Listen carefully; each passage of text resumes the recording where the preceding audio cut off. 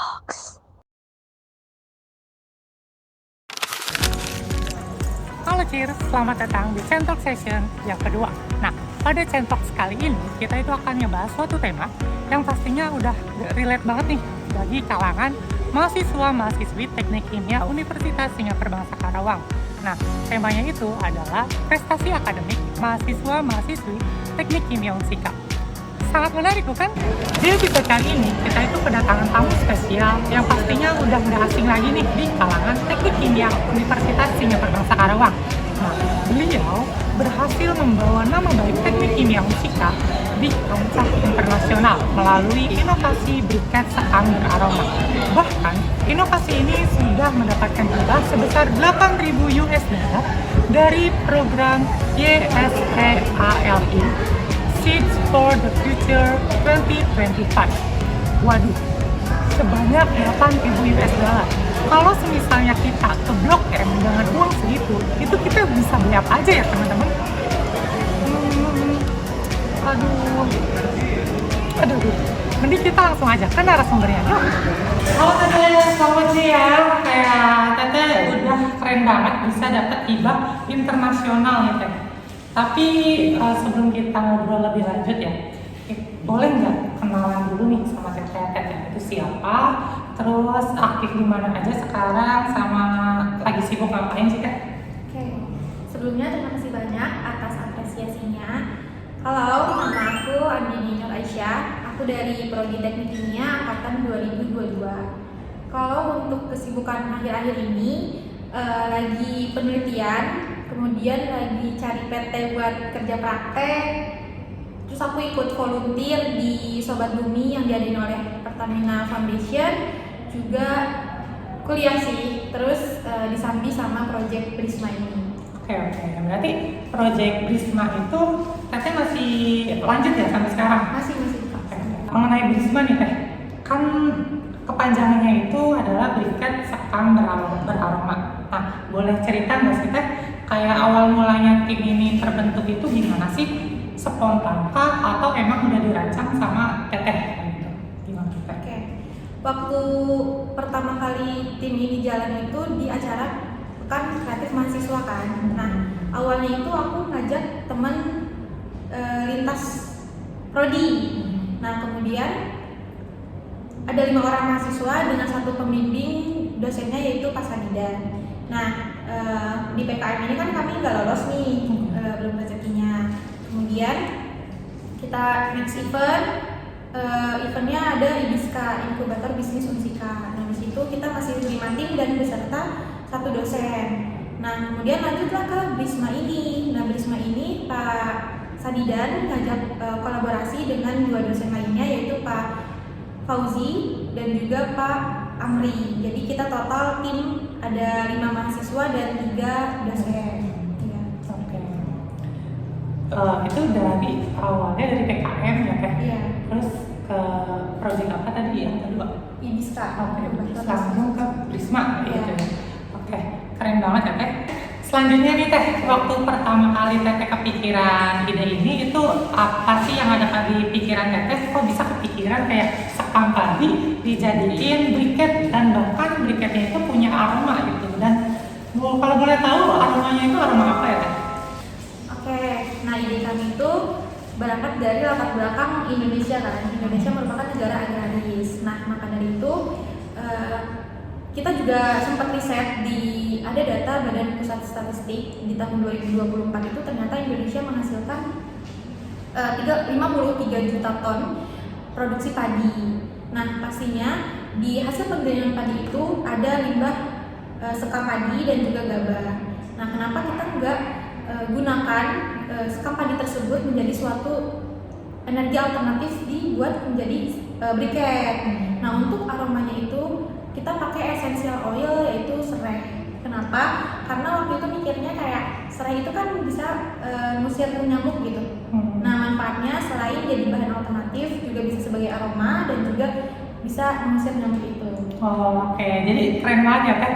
Kayak apa ya, latar belakang permasalahan ini atau inovasi ini itu bahkan yang ada di permasalahan yang ada di Indonesia gitu loh. Kayak tadi limbahnya contoh limbah gabah sama limbah sekam padi. Jadi keren banget ya.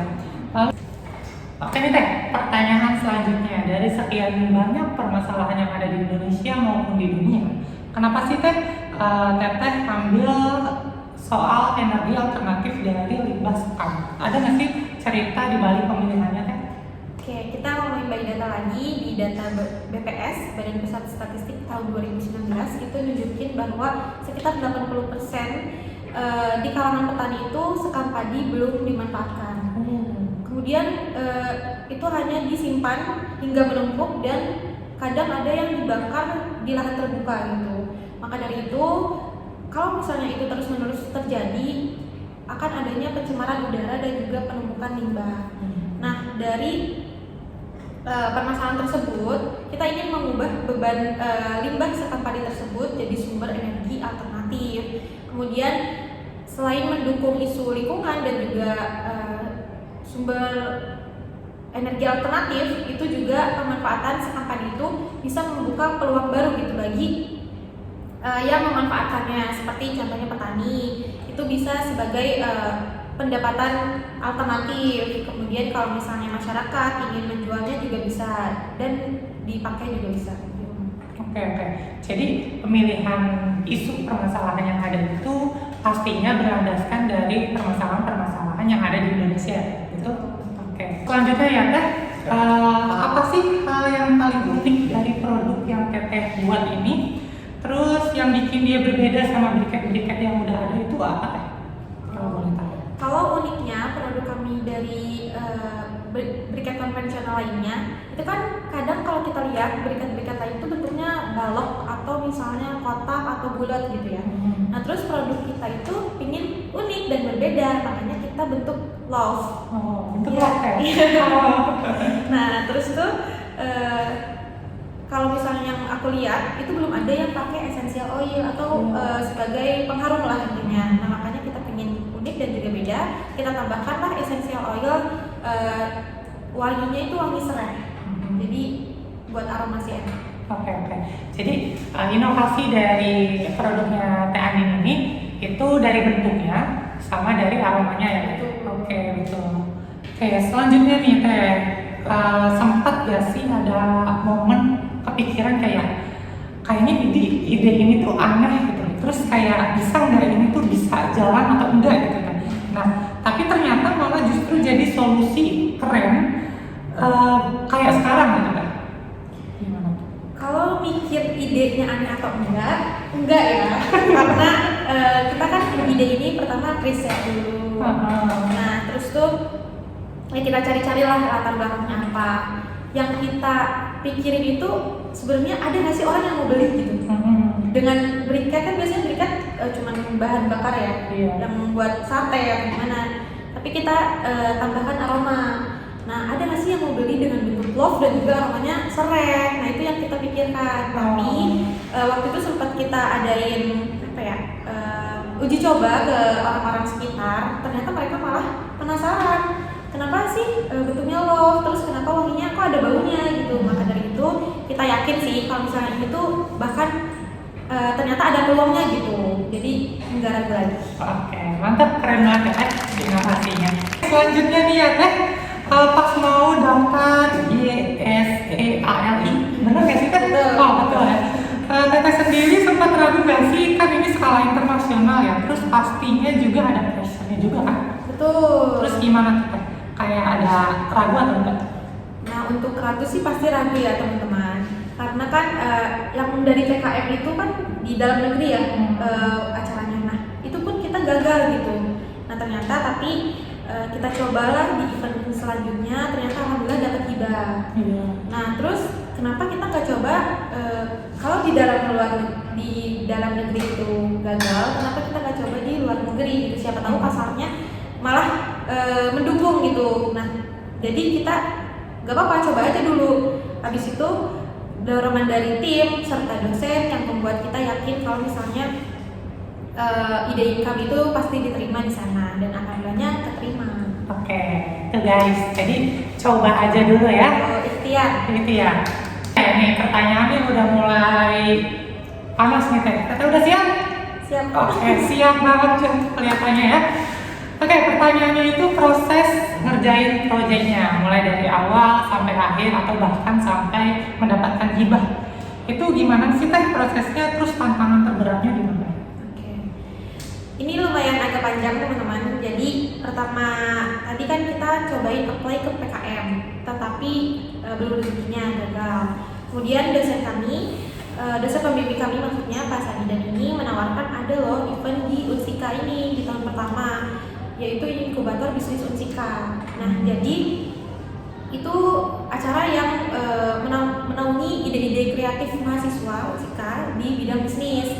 Nah kenapa kita nggak coba aja gitu ke sana, apply proposalnya. Kemudian ternyata alhamdulillahnya malah diterima gitu di sana. Nah setahun itu ngejalanin proyeknya, di situ kita trial and error, kita bikin briefnya awalnya yang bahannya ya seadanya gitu di kosan, terus juga komposisinya masih belum benar, tapi di setahun itu kita udah mendapatkan komposisi yang lumayan bagus juga. Kemudian kita udah uji lab juga, tetapi masih ada sih kekurangannya sedikit. Nah kemudian di beberapa bulan setelah pengerjaan tersebut, dosen kami tuh nawarin lagi di next event ESL ini, tapi yang ternyata skalanya internasional. Nah kita sempat ragu, tapi kenapa nggak coba aja gitu di Unsika keterima, semoga aja di internasional juga keterima. Nah itu sih perjalanannya. Kalau misalnya tantangan ya tadi ya, tantangan sendiri soal waktu sih teman-teman, karena kan aku sendiri lagi waktu itu di semester 6 deh kayaknya, 6 padat-padatnya ya, terus jadi susah tentang manajemen waktunya. Kita juga lintas prodi, jadi waktu teman-teman juga nggak sama kan. Nah itu sih waktunya, bagaimana cara kita manajemen waktu. Kemudian susahnya lagi di riset komposisi, terus waktu pengujian ternyata kita masih ada miss di bagian kadar abu. Nah masih besar lah tinggi kadar abunya. Maka dari itu kita masih proses riset lagi, dan mungkin nanti ada pengujian yang kedua kalinya seperti itu. Oke.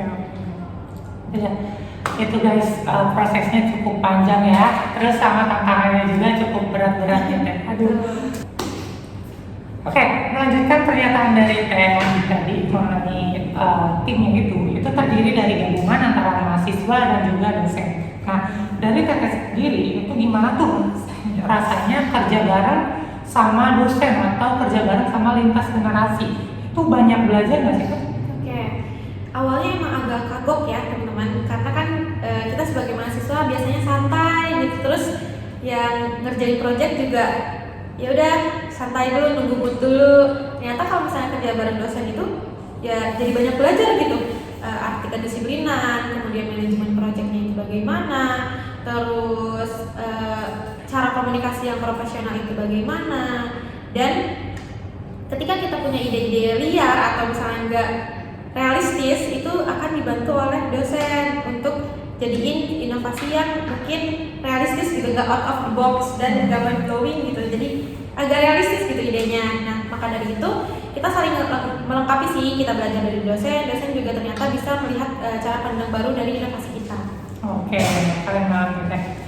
Oke, menurut Teh, kenapa sih anak muda sekarang itu harus mulai peka ataupun harus mulai terjun langsung terhadap isu-isu kayak lingkungan, energi alternatif, dan juga pengolahan limbah? Oke, kalau menurut aku karena yang nantinya ngerasain dampak baik buruknya kondisi bumi itu kan pasti generasi kita gitu. Nah sudah seharusnya kita peka dan melek akan tentang kondisi bumi, karena kalau dilihat zaman sekarang anak-anak itu kan pasti semangatnya membara, terus idenya juga kreatif banget, terus cara pandangnya juga out of the box yang tadi aku bilang. Nah itu bisa dijadiin solusi.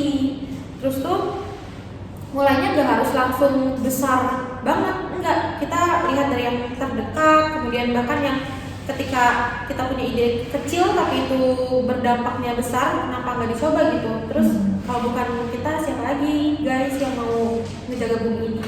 Tuh guys, ngetin. Jadi kita harus mulai tuh kayak peka dan juga terjun langsung ke isu-isu lingkungan, karena yang ngerasain dampaknya juga kita juga ya Teh, kayak gitu. Oke, kita balik lagi ke produknya. Kalau produk briket beraroma ini kita kita kembangkan lebih jauh lagi, itu dampak paling besar yang Teteh bayangin, yang Teteh kira-kira itu untuk siapa sih Teh? Terus dampaknya seperti apa? Oke, untuk dampaknya kan pasti sangat luas ya. Nah, untuk petani itu yang biasanya sekam padi itu hanya sampah atau limbah, ketika dimanfaatkan bisa menjadi peluang baru, yaitu pemasukan tambahan gitu buat mereka. Kalau untuk masyarakat atau pembeli seperti kita generasi muda, itu bisa dimanfaatkan sebagai bahan bakar ataupun aromaterapi. Untuk dampak lingkungan ya tadi, untuk dampak lingkungannya harapannya ketika pemanfaatan menjadi briket ini mengurangi pembakaran sekam yang terbuka gitu. Jadi udara semakin bersih dan bumi pun ya terjaga gitu. Kemudian harapannya efek dari yang berantai tadi itu bisa membangun ekonomi yang sirkular di pedesaan, di perkotaan atau di seluruh Indonesia. Oke, keren banget, ternyata dampaknya luas banget ya Teh. Mulai dari pertanian, terus masyarakat, dan juga lingkungan juga. Oke, pertanyaan selanjutnya. Tapi tar dulu nih Teh. Aku ada sulap deh. Boleh penasaran? Boleh. Oke, 1, 2, 3. Waduh, jadi berubah ya Teh tempatnya. Kita langsung aja nih ke pertanyaan selanjutnya. Kalau ada teman-teman lainnya yang mau coba daftar IESLI nih Teh. Nah, tips dari Teteh tuh apa sih biar punya kesempatan atau peluang yang sama? Oke, tips dari aku yang pertama itu buatlah tim yang solid, kemudian punya komitmen dan konsisten serta visi misi yang sejalan.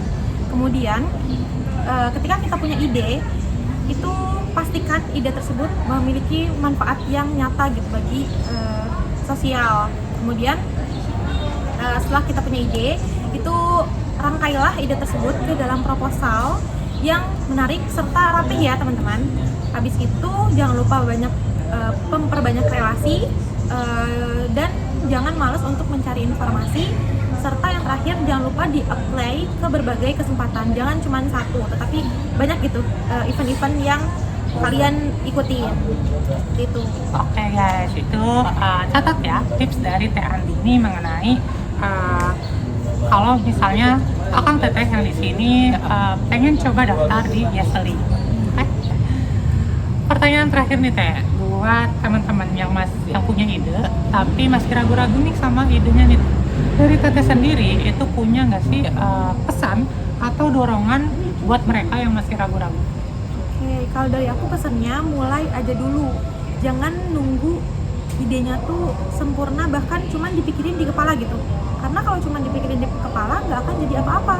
Dan aku pernah dengar kalau misalnya kalau banyak kesempatan yang hadir di kita, bukan karena orang itu pintar, tetapi orang yang berani mencoba suatu hal. Dan ketika kita mencoba lalu gagal, kita sebenarnya udah melewati fase nggak penasaran lagi gitu. Terus kita juga selangkah lebih maju akan keberhasilan. Maka dari itu ajukan proposal kemanapun dan kumpulkan pengalaman, karena ide yang kecil ketika terus diperjuangkan, terus ditekuni, bahkan ternyata ada loh dampaknya, itu bakal jadi pintu-pintu keberhasilan kita dan juga bisa jadi perubahan yang besar seperti itu.